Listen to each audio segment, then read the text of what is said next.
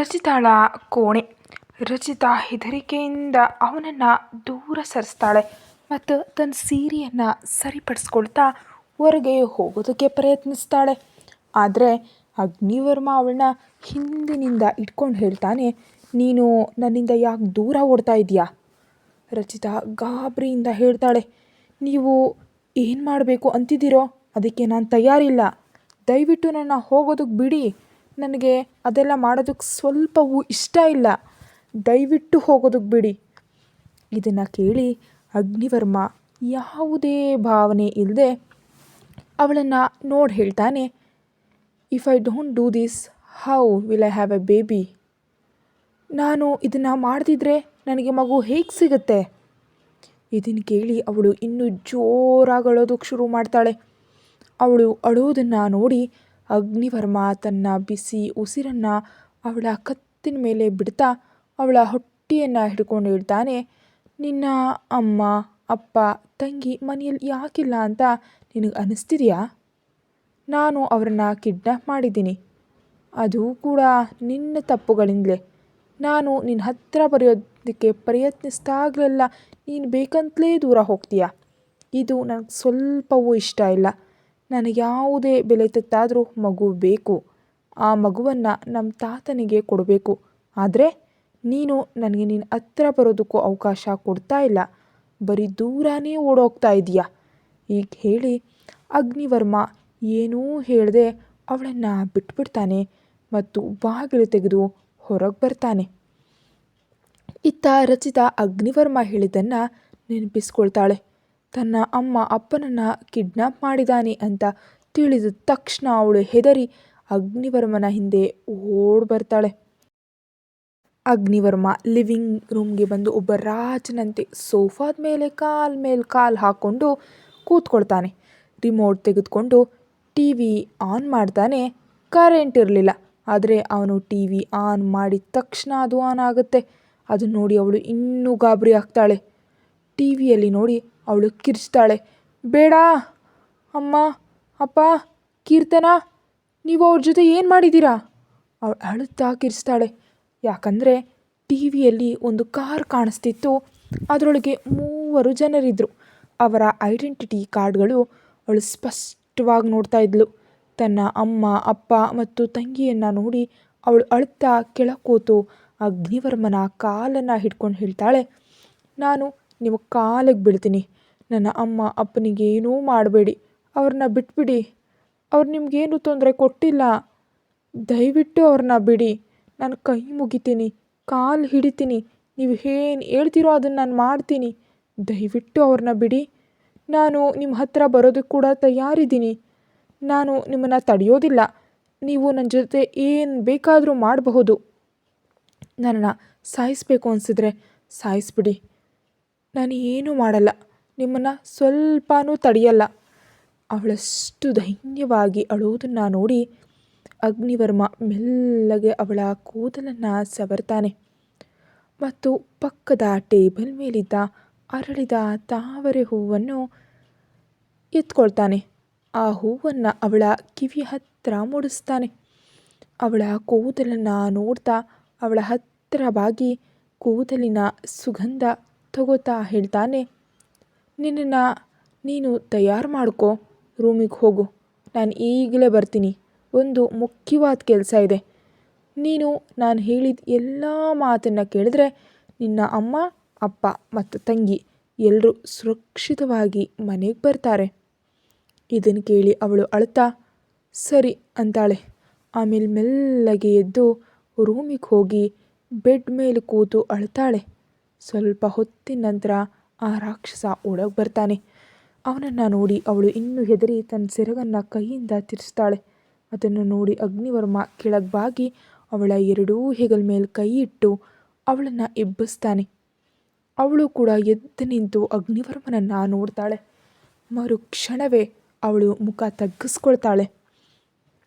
ಅಗ್ನಿವರ್ಮ ಅವಳ ಸೀರೆ ಸೆರಗನ್ನು ತನ್ನ ಕೈಯಲ್ಲಿ ಸುರುಳಿ ಸುತ್ತಕೊಳ್ತಾ ಮೆಲ್ಲಗೆ ಎಳಿತಾನೆ. ಮುಂದಿನ ಕ್ಷಣವೇ ಅವಳ ಇಡೀ ಸೀರೆಯನ್ನು ಎಳೆದು ಮೈಯಿಂದ ಬೇರ್ಪಡಿಸಿ ಪಕ್ಕಕ್ಕೆಸಿತಾನೆ. ಅವಳ ಹೆಗಲ ಮೇಲೆ ಕೈಯಿಟ್ಟು ಮೆಲ್ಲಗೆ ಕೆಳಗೆ ಬರ್ತಾನೆ. ಆಮೇಲೆ ಅವಳ ತೆಳ್ಳಗಿನ ಸೊಂಟದ ಮೇಲೆ ಕೈ ಇಡ್ತಾನೆ. ನಂತರ ಮೆಲ್ಲಗೆ ಬಾಗಿ ಅವಳ ಕತ್ತಿನ ಹತ್ತಿರ ಕಚ್ತಾನೆ. ಕೈಯನ್ನು ಹಿಂದಕ್ಕೆ ತೆಗೆದುಕೊಂಡು ಹೋಗಿ ಅವಳ ಬ್ಲೌಸ್ನ ದಾರವನ್ನು ಬಿಡಿಸ್ತಾನೆ. ಆಮೇಲೆ ಅವಳನ್ನು ತನ್ನ ತೋಳುಗಳಲ್ಲಿ ಎತ್ಕೊಂಡು ಬೆಡ್ ಮೇಲೆ ಮಲಗಿಸ್ತಾನೆ. ತಾನು ಕೂಡ ಶರ್ಟ್ ತೆಗೆದು ಪಕ್ಕಕ್ಕಿಡ್ತಾನೆ. ತನ್ನ ಬೆಲ್ಟ್ ತೆಗೆದು ಅವಳನ್ನ ನೋಡುತ್ತಾ ಅದನ್ನು ಪಕ್ಕಕ್ಕೆ ಎಸಿತಾನೆ. ಅವಳ ಮೇಲೆ ಮಲಗಿ ಅವಳ ಕುತ್ತಿಗೆಗೆ ಮುತ್ತಿಡಲು ಶುರು ಮಾಡ್ತಾನೆ. ಅವಳ ಕತ್ತಿನಿಂದ ಕೈಗಳನ್ನ ಸರಿಸುತ್ತಾ ಅವಳ ಕೈಗಳನ್ನ ತನ್ನ ಕೈಗಳಿಂದ ಗಟ್ಟಿಯಾಗಿ ಹಿಡ್ಕೊಳ್ತಾನೆ. ಅವನು ಅವಳ ತುಂಬ ಕೆಟ್ಟದಾಗಿ ಮುತ್ತಿಡ್ತಿದ್ದ. ಅವನು ತುಂಬ ರಫ್ ಆಗಿದ್ದ. ಅವನು ಹಾಗೆ ಮಾಡೋದ್ರಿಂದ ರಚಿತಾಗೆ ಸ್ವಲ್ಪ ನೋವಾಗ್ತಿತ್ತು. ಆದರೂ ಅವಳು ಏನೂ ಹೇಳಲಿಲ್ಲ. ತುಂಬ ಹೊತ್ತು ಮುತ್ತಿಟ್ಟ ನಂತರ ಅವನು ಮೆಲ್ಲಗೆ ಎದ್ದು ಅವಳ ಬ್ಲೌಸ್ನ ಹುಕ್ಕನ್ನು ಬಿಡಿಸೋದಕ್ಕೆ ಶುರು ಮಾಡ್ತಾನೆ. ಇದರಿಂದ ರಚಿತಾ ತುಂಬ ಗಾಬರಿಯಾಗಿ ಅವನ ಕೈಗಳನ್ನ ಹಿಡಿದು ದೂರ ತಳ್ತಾಳೆ. ತನ್ನ ಎದೆ ಮೇಲೆ ಕೈ ಇಟ್ಕೊಂಡು ಮುಚ್ಕೊಳ್ಳೋದಕ್ಕೆ ಪ್ರಯತ್ನಿಸ್ತಾಳೆ ಮತ್ತು ಎದ್ದು ದೂರ ಹೋಗೋದಕ್ಕೆ ನೋಡ್ತಾಳೆ. ಇದನ್ನು ನೋಡಿ ಅಗ್ನಿವರ್ಮ ಕಿರಿಕಿರಿಗೊಂಡು ಹೇಳ್ತಾನೆ, ರಚಿತಾ, ನೀನು ಮತ್ತೆ ಅದನ್ನೇ ಮಾಡ್ತಿದ್ಯಾ? ನೀನು ನನ್ನ ಹತ್ರ ಬರ್ತಾ ಇಲ್ಲ. ನನ್ನನ್ನು ನಿನ್ನ ಹತ್ರ ಬರೋದಕ್ಕೆ ಬಿಡ್ತಾ ಇಲ್ಲ. ಹೀಗೆ ಮಾಡಿದರೆ ನಾವು ನಮ್ಮ ಕೆಲಸ ಹೇಗೆ ಮಾಡೋದು? ನಾನು ನಿನ್ನ ಹತ್ರ ಹೇಗೆ ಬರಲಿ? ನನ್ನ ತಾತನನ್ನು ಹೇಗೆ ಖುಷಿಪಡಿಸ್ಲಿ? ಅವರಿಗೆ ಒಬ್ಬ ಮೊಮ್ಮಗ ಬೇಕು. ರಚಿತಾ ಅಳ್ತಾ ಹೇಳ್ತಾಳೆ, ನನ್ನಿಂದ ಇದು ಆಗಲ್ಲ. ನನಗಿನ್ನೂ ಸಮಯ ಬೇಕು. ದಯವಿಟ್ಟು ನಂಗೆ ಸಮಯ ಕೊಡಿ. ಇದನ್ನು ನನಗೆ ತಡ್ಕೊಳ್ಳೋದಕ್ಕೆ ಆಗ್ತಾ ಇಲ್ಲ. ನನಗೆ ತುಂಬ ವಿಚಿತ್ರವಾಗಿ ಅನ್ನಿಸ್ತಾ ಇದೆ. ನಾನಿದಕ್ಕೆ ಸ್ವಲ್ಪವೂ ತಯಾರಿಲ್ಲ. ದಯವಿಟ್ಟು ಅರ್ಥ ಮಾಡ್ಕೊಳ್ಳೋದಕ್ಕೆ ಪ್ರಯತ್ನಿಸಿ. ದಯವಿಟ್ಟು ನನ್ನನ್ನು ಬಿಡಿ. ನನಗಿದೆಲ್ಲ ಮೊದಲ ಬಾರಿ. ತುಂಬ ಭಯ ಆಗ್ತಾ ಇದೆ. ಇದನ್ನು ಕೇಳಿ ಅಗ್ನಿವರ್ಮ ತನ್ನ ಫೋನನ್ನು ತೆಗೆದು ಯಾರಿಗೋ ಕಾಲ್ ಮಾಡಿ ಹೇಳ್ತಾನೆ, ಅವರೆಲ್ಲರನ್ನ ಸಾಯಿಸಿಬಿಡಿ. ಹೇಗಿದ್ದರೂ ಈಗೇನು ಪ್ರಯೋಜನ ಇಲ್ಲ. ತಕ್ಷಣ ರಚಿತಾ ಅವನ ಹತ್ರ ಬಂದು ಕೂತು ಅವನ ಕೈ ಹಿಡಿದು ಹೇಳ್ತಾಳೆ, ಬೇಡ ಬೇಡ ಬೇಡ, ಅವ್ರಿಗೆ ಹಾಗೆ ಹೇಳ್ಬೇಡಿ. ನಾನು ತಯಾರಿದ್ದೀನಿ. ನಾನು ಇನ್ಮೇಲೆ ಏನೂ ಹೇಳಲ್ಲ. ನನ್ನ ಕ್ಷಮಿಸ್ಬಿಡಿ. ತಪ್ಪಾಯಿತು. ದಯವಿಟ್ಟು ಹಾಗೆ ಮಾಡಬೇಡಿ. ಅವ್ರನ್ನ ಬಿಟ್ಬಿಡಿ. ಅಗ್ನಿವರ್ಮ ಯಾವುದೇ ಭಾವನೆ ಇಲ್ಲದೆ ಅವಳನ್ನು ನೋಡಿ ಹೇಳ್ತಾನೆ, ಇಲ್ಲ, ನಾನು ನಿನ್ನನ್ನು ಕ್ಷಮಿಸಲ್ಲ ಮತ್ತು ನಿನ್ನನ್ನು ಬಿಡೋದೂ ಇಲ್ಲ. ನಿನಗೆ ಡೈವರ್ಸ್ ಕೂಡ ಕೊಡ್ತೀನಿ. ನಿನ್ನ ಕುಟುಂಬದವರೆಲ್ಲ ಸಾಯಿಸಿ ನಿನ್ನ ಅನಾಥೆ ಮಾಡ್ತೀನಿ. ರಚಿತಾ ಬೇಗ ಬೇಗ ತನ್ನ ಬಟ್ಟೆಗಳನ್ನೆಲ್ಲ ಬಿಚ್ತಾ ಹೇಳ್ತಾಳೆ, ಬೇಡ ಬೇಡ ಪ್ಲೀಸ್, ಅವ್ರಿಗೆ ಬೇಡ ಅಂತ ಹೇಳಿ ನಾನು ತಯಾರಿದ್ದೀನಿ. ನೀವೇನು ಹೇಳ್ತೀರೋ ಅದನ್ನು ಮಾಡ್ತೀನಿ. ನಾನು ದೂರ ಹೋಗಲ್ಲ. ನೋಡಿ, ನಾನು ನಿಮ್ಮ ಮುಂದೆ ಇದ್ದೀನಿ. ನಾನು ಬಟ್ಟೆ ಕೂಡ ಬಿಚ್ತಿದ್ದೀನಿ. ದಯವಿಟ್ಟು ಅವ್ರಿಗೆ ಫೋನ್ ಮಾಡಿ ಬೇಡ ಅಂತ ಹೇಳಿ ಪ್ಲೀಸ್. ಅಗ್ನಿವರ್ಮ ಅವಳ ಕೆನ್ನೆ ಮೇಲೆ ಕೈ ಇಟ್ಟು ಬೆರಳಿನಿಂದ ಅವಳ ಕಣ್ಣೀರನ್ನು ಒರೆಸಿ ಹೇಳ್ತಾನೆ, ನೀನು ಮತ್ತೆ ನನ್ನನ್ನು ದೂರ ಮಾಡಲ್ಲ ಅಂತ ನಾನು ಹೇಗೆ ನಂಬಲಿ? ನೀನು ಹಾಗೆ ಮಾಡಬಲ್ಲೆ ಅಂತ ನನಗೆ ಗೊತ್ತು. ನಿನಗೆ ನನ್ನ ಸ್ವಲ್ಪವೂ ಇಷ್ಟ ಇಲ್ಲ. ನಾನು ನಿನ್ನನ್ನು ಮುಟ್ಟೋದು ನಿನಗೆ ಇಷ್ಟ ಇಲ್ಲ. ನಿನಗೆ ನನ್ನ ಕಂಡ್ರೆ ದ್ವೇಷ ಅಲ್ವಾ? ಸರಿ, ನೀನು ದ್ವೇಷ ಮಾಡು. ನಾವು ಕೂಡ ದ್ವೇಷದ ಬೆಂಕಿಯಲ್ಲಿ ನಿನ್ನ ಕುಟುಂಬವನ್ನು ಸುಡ್ತೀವಿ. ನೀನು ನಿನ್ನ ಜೀವನ ತಗೊಂಡು ಏನು ಬೇಕಾದರೂ ಮಾಡು. ನಿನ್ನ ಪ್ರಾಣಕ್ಕಿಂತ ಅವರ ಪ್ರಾಣ ನಿನಗೇನು ದೊಡ್ಡದಲ್ಲ ಅಲ್ವಾ? ಮರುಕ್ಷಣವೇ ರಚಿತಾ ಅವನ ಕಾಲಿಗೆ ಬೀಳ್ತಾಳೆ.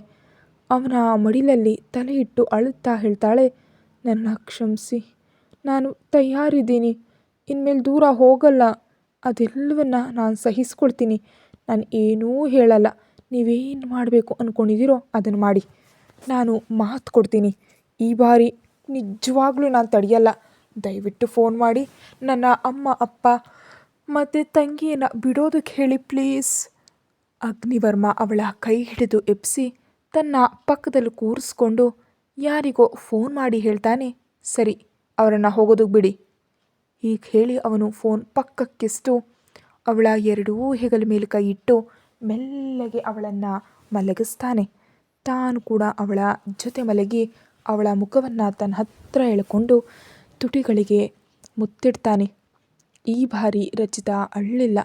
ಅವಳು ಏನೂ ಮಾಡಲಿಲ್ಲ. ಅವಳಿಗೆ ತುಂಬ ಗಾಬರಿ ಆಗ್ತಿತ್ತು. ತಡಿಬೇಕು ಅನ್ನಿಸ್ತಿತ್ತು, ಆದರೆ ತಡೆಯೋದಕ್ಕೆ ಸಾಧ್ಯ ಇರಲಿಲ್ಲ. ಯಾಕಂದರೆ ಅವಳ ಪ್ರಾಣಕ್ಕಿಂತ ಅವಳ ಅಪ್ಪ ಅಮ್ಮ ಮತ್ತು ತಂಗಿಯ ಪ್ರಾಣ ಅವಳಿಗೆ ದೊಡ್ಡದಾಗಿತ್ತು. ಸ್ವಲ್ಪ ಹೊತ್ತಿನ ನಂತರ ಅಗ್ನಿವರ್ಮ ಅವಳ ತುಟಿಗಳನ್ನ ಬಿಟ್ಟು ಬ್ಲೌಸ್ನ ಹುಕ್ ಪೂರ್ತಿಯಾಗಿ ಬಿಡಿಸಿ ಅದನ್ನು ದೂರ ಎಸಿತಾನೆ. ನಂತರ ಉಳಿದ ಬಟ್ಟೆಗಳನ್ನು ತೆಗೆದು ಸೈಡಿಗೆ ಎಸಿತಾನೆ. ಅವಳ ಹೆಗಲ ಮೇಲೆ ಕೈ ಇಟ್ಟು ಅವಳ ಕಾಲರ್ ಬೋನ್ ಕತ್ತಿನ ಕೆಳಗಿನ ಮೂಳೆ ಮೇಲೆ ಮುತ್ತಿಡ್ತಾನೆ. ತುಂಬ ಹೊತ್ತು ಹಾಗೆ ಮಾಡಿದ ನಂತರ ಅವನು ಮುಖ ಮೇಲೆ ಮಾಡಿ ಕೆಳಗೆ ಬಾಗಿ ಅವಳ ಪೆಟಿಕೋಟ್ ಕೂಡ ತೆಗೆದು ಬಿಡ್ತಾನೆ. ಈಗ ರಚಿತಾ ಪೂರ್ತಿಯಾಗಿ ಬೆತ್ತಲೆಯಾಗಿ ಅವನ ಮುಂದಿದ್ಲು. ಅಗ್ನಿವರ್ಮ ಅವಳ ಇಡೀ ಮೈಯನ್ನು ನೋಡ್ತಾ ಇದ್ದ. ಬಹಳ ಹೊತ್ತು ನೋಡಿದ ನಂತರ ಅಗ್ನಿವರ್ಮ ಅವಳ ಸೊಂಟದ ಮೇಲೆ ಕೈ ಇಟ್ಟು ಮೆಲ್ಲಗೆ ಕೈಯನ್ನು ಮೇಲೆ ತರ್ತಾನೆ. ಮುಂದಿನ ಕ್ಷಣವೇ ರಚಿತಾಗೆ ತನ್ನ ಎದೆಯಲ್ಲಿ ತುಂಬ ನೋವು ಮತ್ತು ಒತ್ತಡದ ಅನುಭವವಾಗುತ್ತೆ. ಅವಳು ಬ್ಲಾಂಕೆಟನ್ನು ಗಟ್ಟಿಯಾಗಿ ಹಿಡ್ಕೊಳ್ತಾಳೆ. ಮುಷ್ಟಿ ಬಿಗಿ ಹಿಡಿದು ಜೋರಾಗಿ ಉಸಿರಿಡ್ತಾಳೆ.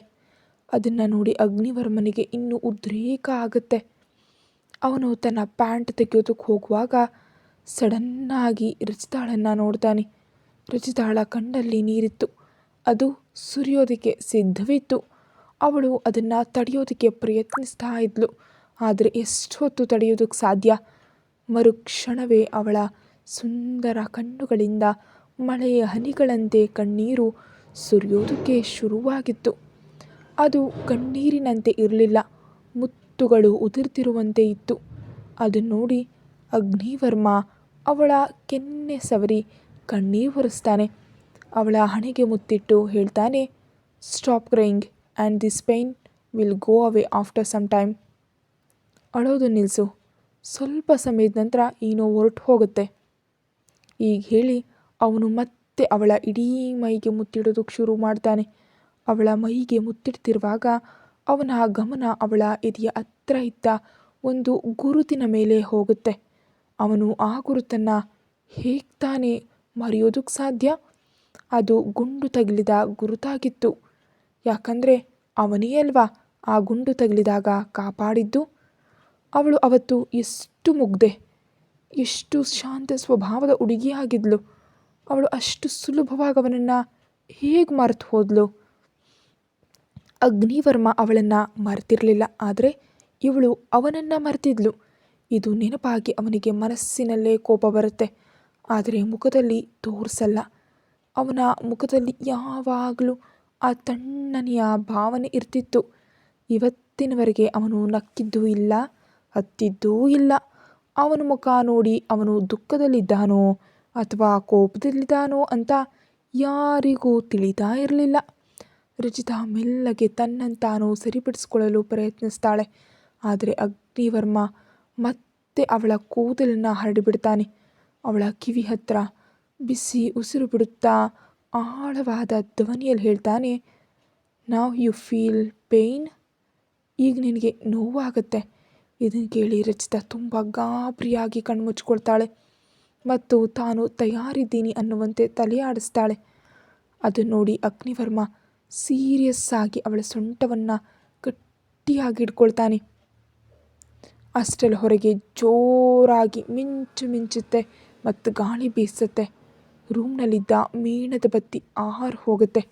ಈಗ ರೂಮಿನಲ್ಲಿ ಪೂರ್ತಿಯಾಗಿ ಕತ್ತಲಾಗಿದೆ. ರಚಿತಾಗೆ ತುಂಬ ಆತಂಕ ಆಗ್ತಾ ಇದೆ. ಮರುಕ್ಷಣವೇ ಅವನು ಏನೋ ಮಾಡಲು ಹೋದಾಗ ಸಡನ್ನಾಗಿ ರಚಿತಾ ಕೆಮ್ಮೋದಕ್ಕೆ ಶುರು ಮಾಡ್ತಾಳೆ. ಅಗ್ನಿವರ್ಮ ಆಶ್ಚರ್ಯದಿಂದ ಅವಳ ಮೇಲಿಂದ ಎದ್ದು ಸರಿತಾನೆ. ರಚಿತಾ ಕೆಮ್ಮುತ್ತಾ ರಕ್ತದ ವಾಂತಿ ಮಾಡೋದಕ್ಕೆ ಶುರು ಮಾಡ್ತಾಳೆ. ಅದನ್ನು ನೋಡಿ ಅಗ್ನಿವರ್ಮ ಅವಳಿಗೆ ಆಸರೆಯನ್ನು ನೀಡ್ತಾನೆ. ರಚಿತಾ ವಾಂತಿ ಮಾಡ್ತಿದ್ಲು. ಅವಳ ಈ ಸ್ಥಿತಿ ಕಂಡು ಅಗ್ನಿವರ್ಮನಿಗೆ ತುಂಬ ಆಶ್ಚರ್ಯ ಆಗ್ತಿತ್ತು. ಇತ್ತ ರಕ್ತದ ವಾಂತಿ ಮಾಡ್ತಾ ರಚಿತಾ ಅಳುವುದಕ್ಕೆ ಶುರು ಮಾಡ್ತಾಳೆ. ಅವಳು ತುಂಬ ಹೆದರಿದ್ಲು ಮತ್ತು ನಡುಗ್ತಾ ಇದ್ಲು. ಅಗ್ನಿವರ್ಮನಿಗೆ ಅವಳ ಮೈ ನಡುಕ ತಿಳಿತಿತ್ತು. ಮರುಕ್ಷಣವೇ ರಚಿತಾ ಪ್ರಜ್ಞೆ ತಪ್ತಾಳೆ. ಅಗ್ನಿವರ್ಮ ಅವಳನ್ನು ಬೆಡ್ ಮೇಲೆ ಮಲಗಿಸಿ ತನ್ನ ಬೆಲ್ಟ್ ಧರಿಸ್ಕೊಂಡು ಹೊರಗೆ ಬಂದು ಯಾರಿಗೋ ಕಾಲ್ ಮಾಡ್ತಾನೆ. ಸ್ವಲ್ಪ ಹೊತ್ತಿನಲ್ಲೇ ಆ್ಯಂಬುಲೆನ್ಸ್ ಬರುತ್ತೆ. ಅವನು ರಚಿತಾಗೆ ತನ್ನ ದೊಡ್ಡ ಲೆದರ್ ಜಾಕೆಟನ್ನು ತೊಡಿಸ್ತಾನೆ. ಅವನಿಗೆ ಹುಡುಗಿಯರ ಬಟ್ಟೆ ತೋಡ್ಸೋದಕ್ಕೆ ಬರಲ್ಲ. ಹಾಗಾಗಿ ಅದನ್ನೇ ಹಾಕ್ತಾನೆ. ಅವಳನ್ನು ಹೊರಗೆ ತರ್ತಾನೆ. ಆಗಲೂ ಅವಳ ಬಾಯಿಂದ ರಕ್ತ ಬರ್ತಿತ್ತು. ಸ್ವಲ್ಪ ಹೊತ್ತಿನಲ್ಲೇ ಆ್ಯಂಬುಲೆನ್ಸ್ ಅಲ್ಲಿಂದ ಹೊರಡುತ್ತೆ. ಊರಿನವರು ಆಶ್ಚರ್ಯದಿಂದ ಇದೆಲ್ಲವನ್ನ ನೋಡ್ತಿರ್ತಾನೆ. ಇತ್ತ ಅಗ್ನಿವರ್ಮನಿಗೆ ತುಂಬ ಕೋಪ ಬರ್ತಿತ್ತು. ಯಾಕಂದರೆ ಹೀಗೆಲ್ಲ ಆದರೆ ಅವನಿಗೆ ತುಂಬ ಲೇಟ್ ಆಗುತ್ತೆ. ಅವನಿಗೆ ತುಂಬ ಇಲ್ಲೀಗಲ್ ಕೆಲಸಗಳಿರುತ್ತವೆ, ಬಿಸ್ನೆಸ್ ಇರುತ್ತೆ, ಅದೆಲ್ಲವೂ ಅವನಿಗೆ ಮುಖ್ಯ. ಆದರೆ ಅವನ ತಾತ ಒಂದು ಷರತ್ತು ಹಾಕಿದ್ದಾರೆ. ಅವನು ತನ್ನ ಹೆಂಡತಿಯನ್ನು ಒಪ್ಕೊಂಡು ಒಬ್ಬ ಮೊಮ್ಮಗನನ್ನು ತರೋವರೆಗೆ ಅವ್ರ ಮುಂದೆ ಬರಬಾರ್ದು. ಇಲ್ದಿದ್ರೆ ಅವನು ಕಷ್ಟಪಟ್ಟು ಸಂಪಾದಿಸಿದ ಆಸ್ತಿ ಅವನ ತಮ್ಮನ ಪಾಲಾಗುತ್ತೆ. ಅದಕ್ಕೆ ಅವನಿಗೆ ಯಾವುದೇ ಬೆಲೆ ತೆತ್ತಾದರೂ ರಚಿತಾಳಿಂದ ಮಗು ಬೇಕು. ಅವಳು ಒಪ್ಪಲಿ ಅಥವಾ ಬಿಡಲಿ, ಇನ್ಮೇಲೆ ಅವಳ ಜೊತೆ ಬಲವಂತ ಮಾಡಲೇಬೇಕು ಅಂದ್ಕೊಳ್ತಾನೆ. ಸ್ಟ್ರೆಚ್ಚರ್ ಮೇಲೆ ಪ್ರಜ್ಞೆ ತಪ್ಪಿ ಬಿದ್ದಿದ್ದ ರಚಿತಾಳನ್ನು ಅವನು ನೋಡ್ತಾನೆ. 2 ದಿನಗಳ ನಂತರ ಆಸ್ಪತ್ರೆಯಲ್ಲಿ ರಚಿತಾಗೆ ಪ್ರಜ್ಞೆ ಬಂದಿದೆ. ಅವಳು ತಲೆ ಮೇಲೆ ಕೈ ಇಟ್ಕೊಂಡು ಮೆಲ್ಲಗೆ ಎದ್ದು ಕೂತ್ಕೊಳ್ತಾಳೆ. ಅವಳಿಗೆ ಮೈ ತುಂಬ ಭಾರ ಆಗಿತ್ತು ಮತ್ತು ಸುಸ್ತಾಗ್ತಿತ್ತು. ಅವಳು ಮೆಲ್ಲಗೆ ತನ್ನ ಹೊಟ್ಟೆ ಮೇಲೆ ಕೈ ಇಡ್ತಾಳೆ. ಯಾಕೋ ಅವಳಿಗೆ ತುಂಬ ವಿಚಿತ್ರವಾಗಿ ಅನ್ನಿಸ್ತಿತ್ತು. ತನ್ನ ಮೇಲೆ ಏನೋ ಪ್ರಯೋಗ ಮಾಡಲಾಗಿದೆ ಅಂತ ಅವಳಿಗೆ ಅನ್ನಿಸ್ತಿದೆ. ಅವಳು ಎದ್ದೇಳೋದಕ್ಕೆ ಹೋದಾಗ ಎದುರು ಅಗ್ನಿವರ್ಮ ನಿಂತಿದ್ದ. ಅವಳು ಹೆದರಿ ಎದೆ ಮೇಲೆ ಕೈ ಇಟ್ಟು ಹಿಂದೆ ಸರಿತಾಳೆ. ಅವಳು ಗಾಬರಿಯಿಂದ ಸುತ್ತಮುತ್ತ ನೋಡಿದಾಗ ಅಗ್ನಿವರ್ಮ ಅವಳ 2 ಹೆಗಲ ಮೇಲೆ ಕೈ ಇಟ್ಟು ತನ್ನ ಮುಖವನ್ನು ಅವಳ ಮುಖದ ಹತ್ತಿರ ತಂದು ತಣ್ಣನೆಯ ಧ್ವನಿಯಲ್ಲಿ ಹೇಳ್ತಾನೆ, ಸುಮ್ಮನೆ ಕೂತ್ಕೋ, ನೀನೀಗ ಪ್ರೆಗ್ನೆಂಟ್, ನಿನ್ನ ಮೇಲೆ ಸೋರೋಗಸಿ ಪ್ರಕ್ರಿಯೆ ನಡೆದಿದೆ. ಇದನ್ನು ಕೇಳಿ ಅವಳಿಗೆ ಆಘಾತ ಆಗುತ್ತೆ. ತಿಳಿಯದೆಯೇ ಅವಳ ಕಣ್ಣಿನಿಂದ 2 ಹನಿ ಕಣ್ಣೀರು ಕೆನ್ನೆಯ ಮೇಲೆ ಹರಿದು ಕೈ ಮೇಲೆ ಬೀಳುತ್ತೆ. ಅವಳು ನಡುಗುವ ಧ್ವನಿಯಲ್ಲಿ ಕೇಳ್ತಾಳೆ, ನೀವು ನನ್ನ ಅನುಮತಿ ಕೂಡ ಕೇಳದೆ ಇದೆಲ್ಲ ಮಾಡಿದ್ರಾ? ಅಗ್ನಿವರ್ಮ ಅವಳಿಂದ ಸ್ವಲ್ಪ ದೂರ ಸರಿದು ತನ್ನ ಅಂಗಿಯ ತೋಳುಗಳನ್ನು ಮಡಿಸ್ತಾ ಹೇಳ್ತಾನೆ, ನನಗೆ ಮಗು ಬೇಕು ಅಷ್ಟೇ. ಅದು ಆ ರೀತಿಯಾಗಲಿ ಅಥವಾ ಈ ರೀತಿಯಾಗಲಿ ಮಗು ಮುಖ್ಯ. ನೀನು ಆ ಆದಿಯಲ್ಲಿ ಒಪ್ತೀಯಾ ಅಂತ ನಮಗೆ ಅನ್ನಿಸ್ಲಿಲ್ಲ. ಅದಕ್ಕೆ ನಾನು ಈ ಕೆಲಸ ಮಾಡಬೇಕಾಯಿತು. ಇಲ್ದಿದ್ರೆ ನಾನು ನಿನಗೆ ನಿನ್ನ ಹಕ್ಕನ್ನು ಕೊಡ್ತಿದ್ದೆ. ಆದರೆ ನೀನದಕ್ಕೆ ಲಾಯಕ್ಕಿಲ್ಲ. ಮಿಡಲ್ ಕ್ಲಾಸ್ ಜನರ ಆಲೋಚನೆಗಳು ಮಿಡಲ್ ಕ್ಲಾಸ್ ಆಗಿಯೇ ಇರುತ್ತವೆ. ಅದಕ್ಕಿಂತ ಮುಂದೆ ಹೋಗೋದಕ್ಕೆ ಅವರಿಗೆ ಸಾಧ್ಯ ಇಲ್ಲ. ನೀನು ತುಂಬ ದೊಡ್ಡ ದಡ್ಡಿ. ನಿನಗೆ ನಿನ್ನ ಹಕ್ಕು ಎಂದಿಗೂ ಸಿಗಲ್ಲ.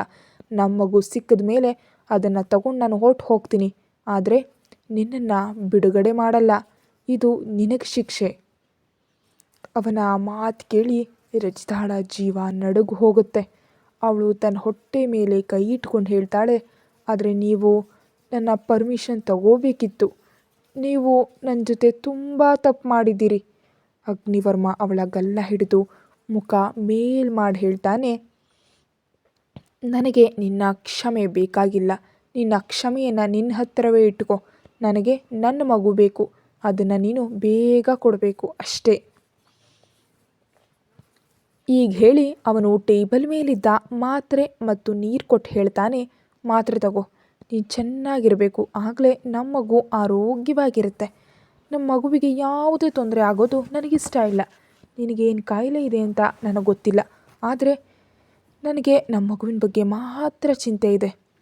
ರಚಿತಾ ತನ್ನ ಮನಸ್ಸಿನ ನೋವನ್ನು ನುಂಗಿಕೊಂಡು ಮಾತ್ರೆಯನ್ನು ನುಂಗಿ ನೀರು ಕುಡಿತಾಳೆ. ಸುಮ್ಮನೆ ಮಲಗ್ತಾಳೆ. ಅಗ್ನಿವರ್ಮ ಬ್ಲ್ಯಾಂಕೆಟನ್ನು ಒತ್ತಿ ಹೇಳ್ತಾನೆ, ನಾಳೆಯಿಂದ ಕಾಲೇಜ್ಗೆ ಹೋಗೋದು ಬಂದ್. ಮಗು ಆಗೋವರೆಗೆ ನೀನು ಮನೆಯಿಂದ ಹೊರಗೆ ಬರುವಂತಿಲ್ಲ. ನಮ್ಮ ಶತ್ರುಗಳಿಗೆ ಇದು ಗೊತ್ತಾದರೆ ಮಗುವಿನ ಪ್ರಾಣಕ್ಕೆ ಅಪಾಯ ಇದೆ. ಹಾಗಾಗಿ ಮಗು ನೀನು ಹೊಟ್ಟೆಯಲ್ಲಿ ಇರೋವರೆಗೂ ನೀನದನ್ನು ಕಾಪಾಡಬೇಕು. ಮಗು ಹುಟ್ಟಿದ ಮೇಲೆ ಈ 9 ತಿಂಗಳ ಸಮಯಕ್ಕೆ ನಾನು ನಿನಗೆ ಬೆಲೆ ಕೊಡ್ತೀನಿ. ರಚಿತಾಗೆ ಇನ್ನೂ ತಡ್ಕೊಳ್ಳೋದಕ್ಕಾಗಲ್ಲ. ಅವಳು ತುಂಬ ಕೆಟ್ಟದಾಗಿ ಅಳೋದಕ್ಕೆ ಶುರು ಮಾಡ್ತಾಳೆ. ಅಗ್ನಿವರ್ಮನಿಗೆ ಸ್ವಲ್ಪವೂ ಸಂಕಟವಾಗಲಿಲ್ಲ. ಯಾಕಂದರೆ ಅವನ ಹೃದಯ ಕಲ್ಲಾಗಿದೆ. ರಚಿತಾಗೆ ತನ್ನ ಅಸಹಾಯಕತೆ ನೋಡಿ ಬೇಸರ ಆಗ್ತಿತ್ತು. ಈಗ ಅವಳನ್ನು ದುಡ್ಡು ಕೊಟ್ಟು ಕೊಂಡ್ಕೊಳ್ಳಲಾಗ್ತಿತ್ತು. ಅವಳು ಯಾಕೆ ಸತ್ತು ಹೋಗಲಿಲ್ಲ ಅಂತ ಅವಳಿಗೆ ಅನ್ನಿಸ್ತಿತ್ತು. ಸತ್ತಿದ್ರೆ ಕನಿಷ್ಠ ಪಕ್ಷ ಅಮ್ಮ ಅಪ್ಪನಾದರೂ ಚೆನ್ನಾಗಿ ಇರ್ತಿದ್ರು ಅಂತ ಯೋಚಿಸ್ತಾ ಅಳ್ತಾ ಇದ್ಲು. ಅವಳು ಅಳ್ತಿರೋದನ್ನು ನೋಡಿ ಅಗ್ನಿವರ್ಮನಿಗೆ ತುಂಬ ಕಿರಿಕಿರಿ ಉಂಟಾಯಿತು. ಅಳೋದನ್ನು ನಿಲ್ಲಿಸು, ಇದರಿಂದ ನಿನಗೆ ತೊಂದರೆ ಆಗುತ್ತೆ ಅಂದರೆ ನನ್ನ ಮಗುವಿಗೂ ತೊಂದರೆ ಆಗುತ್ತೆ ಅಂತ ಅರ್ಥ. ಅಷ್ಟು ಸಂಕಟ ಆಗೋದಿದ್ದರೆ ಮೊದಲೇ ನನ್ನ ಮಾತನ್ನು ಕೇಳಬೇಕಿತ್ತು. ನಿನ್ನನ್ನು ನೀನು ನನಗೆ ಅರ್ಪಿಸ್ಕೊಳ್ಬೇಕಿತ್ತು. ಆಗ ಹೀಗಾಗ್ತಾ ಇರಲಿಲ್ಲ. ನಾನು ನೆಮ್ಮದಿಯಿಂದ ನಿನ್ನನ್ನು ಮತ್ತು ಮಗುವನ್ನು ಕರ್ಕೊಂಡು ಹೋಗ್ತಿದ್ದೆ. ಆದರೆ ಈಗ ನನಗೆ ನೀನು ಬೇಕಿಲ್ಲ, ಬರೀ ಮಗು ಬೇಕು. ಅದು ನನಗಿಂತ ಹೆಚ್ಚಾಗಿ ನನ್ನ ತಾತನಿಗೆ ಬೇಕು. ನನಗೆ ನನ್ನ ಬಗ್ಗೆ ಮಾತ್ರ ಚಿಂತೆ, ಬೇರೆಯವ್ರ ಬಗ್ಗೆ ಇಲ್ಲ. ಇದನ್ನು ಕೇಳಿ ರಚಿತಾ ಇನ್ನೂ ಬೆಚ್ಚಿ ಬೀಳ್ತಾಳೆ. ಈ ಮನುಷ್ಯ ಎಷ್ಟು ನಿರ್ದಯಿ ಅಂದರೆ ಈ ಮಗುವನ್ನು ಅವನು ಬಯಸ್ತಿಲ್ಲ, ಬರೀ ತಾತನಿಗಾಗಿದ್ದನ್ನು ಮಾಡಿದ್ದಾನೆ. ಅವಳು ಉಸಿರಾಡೋದಕ್ಕೂ ಕಷ್ಟಪಡ್ತಿದ್ಲು. ಅಗ್ನಿವರ್ಮ ಅವಳ ಪ್ರತಿಯೊಂದು ಚಲನೆಯನ್ನು ಗದ್ದ ಕಣ್ಣಿನಿಂದ ನೋಡ್ತಾ ಇದ್ದ. ಮರುಕ್ಷಣವೇ ಅವನ ತುಟಿಗಳು ಸ್ವಲ್ಪ ಬಾಗಿ ಅವನು ರಚಿತಾಳನ್ನು ತನ್ನ ಹತ್ತಿರ ಎಳ್ಕೊಂಡು ಅವಳ ತುಟಿಗಳಿಗೆ ಮುತ್ತಿಡೋದಕ್ಕೆ ಶುರು ಮಾಡ್ತಾನೆ. ಆದರೆ ರಚಿತಾ ಅವನನ್ನು ದೂಡಿ ಹೇಳ್ತಾಳೆ, ಇದನ್ನೇನು ಮಾಡ್ತಾಯಿದ್ದೀರಾ? ನಿಮ್ಗೇನು ಬೇಕಿತ್ತೋ ಅದು ಸಿಕ್ಕಿದೆ ಅಲ್ವಾ? ನೀವೇ ಎಲ್ಲ ಪ್ರೋಸೆಸ್ ಮಾಡಿಸಿದ್ದೀರಲ್ಲ, ಇನ್ಮೇಲೆ ನನ್ನನ್ನು ಮುಟ್ಟಬೇಡಿ. ನೀವು ಮುಟ್ಟೋದು ನನಗಿಷ್ಟ ಇಲ್ಲ. ಈ ಮಾತು ಅವನ ಈಗೋಗೆ ತಗಲ್ತೆ. ಅವನು ಕೋಪದಿಂದ ಅವಳ ಕೂದಲು ಹಿಡಿದು ಎಳೆದು ಹತ್ತಿರ ತಂದು ಅಲ್ಲಿ ಕಡಿಯುತ್ತಾ ಹೇಳ್ತಾನೆ, ಒಂದು ದಿನ ನಿನ್ನ ಈ ಗರ್ವವನ್ನು ನಿನ್ನ ಕಾಲು ಕೆಳಗೆ ಹಾಕಿ ತುಳಿತೀನಿ. ಕತೆ ಮುಂದುವರಿಯುತ್ತೆ. Thank you.